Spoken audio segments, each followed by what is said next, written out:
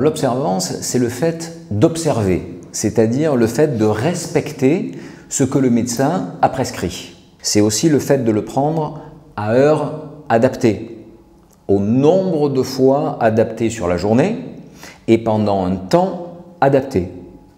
L'observance va regrouper aussi le fait, par exemple, de se rendre au rendez-vous. Et l'observance peut regrouper aussi tout ce qu'on appelle les règles hygiéno-diététiques. Par exemple, le fait de ne pas manger salé si on prend un traitement antihypertenseur, le fait de ne pas boire d'alcool si on prend un traitement antidépresseur, le fait de se coucher et de se lever à heure fixe si on souffre de troubles du sommeil, etc., etc.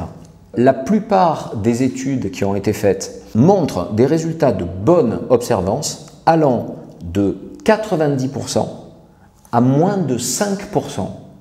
Et on pourrait dire, bon ben ça c'est pour un petit rhume ou quelque chose comme ça, on prend quelques gouttes, bon ben j'arrête au bout de 3 jours ou quoi que ce soit. Par exemple, dans des pathologies lourdes, telles que en ophtalmologie le glaucome à angle fermé, qui nécessite de mettre des gouttes de manière régulière sous risque de perdre la vue, eh bien on s'aperçoit que dans le glaucome à angle fermé, eh bien l'observance n'est pas meilleure que dans d'autres types de pathologies.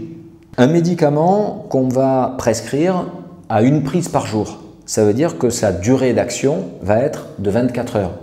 Maintenant, si le médecin vous prescrit un médicament qui a 3 prises par jour, matin, midi et soir, ben c'est parce que la durée d'action va être plus réduite. Donc si on dit, ben oui, moi au lieu d'en prendre un le matin, un le midi, un le soir, je prends mes 3 comprimés le soir, le problème c'est que le soir on va être en surdosage et dans la journée on ne va pas être bien au niveau de la concentration sanguine. Si par exemple un traitement antibiotique est prescrit pendant 3 semaines et qu'on ne le prend que pendant 1 semaine, le risque c'est que les bactéries deviennent résistantes au traitement. Pareil au niveau de la dose. Si on prend un traitement à une dose plus faible que celle qui a été prescrite, ben les bactéries peuvent devenir résistantes à ce traitement. Prenons un exemple en psychiatrie, la dépression. Un traitement antidépresseur, normalement, doit être pris à peu près entre 6 et 9 mois. Au bout d'1 mois ou 2, la plupart des patients vont mieux, quand le traitement est bien prescrit, quand il est bien pris à heure fixe, etc. Si à ce moment-là ils disent « c'est bon, je suis guéri, j'arrête », qu'est-ce qui va se passer? Ça sera la rechute. C'est très bien que le patient puisse dire « moi, ce traitement, il ne me convient pas » ou alors « vous me l'avez prescrit, mais ça ne me va pas de le prendre à telle heure, je voudrais le prendre à telle autre ». Mais à ce moment-là, que ça soit discuté avec le médecin. Ce n'est pas de l'automédication.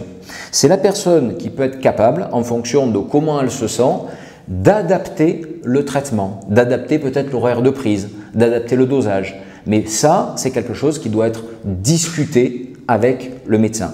L'idéal, c'est d'en référer au médecin traitant, le fameux médecin référent. C'est-à-dire c'est lui qui doit savoir, pour un patient donné, quel type de médicament il prend. Si on va voir 2 ou 3 médecins différents, sans informer le médecin B qu'on voit le médecin A, le problème c'est qu'on se retrouve avec des tas d'ordonnances prescrites et que le problème c'est qu'il peut y avoir des interactions, des observances qui ne sont pas adaptées et à ce moment-là on peut se faire plus de mal que de bien. En matière d'observance, il y a un élément qui est majeur, c'est d'éviter le tout ou rien. C'est-à-dire soit je prends le traitement bien comme il faut, soit j'en ai marre et j'arrête tout. Peut-être que vous en avez marre de prendre votre traitement, à ce moment-là, parlez-en avec votre médecin et peut-être qu'il y a une adaptation qui sera faite, mais toujours en collaboration avec le médecin. Vous travaillez en équipe.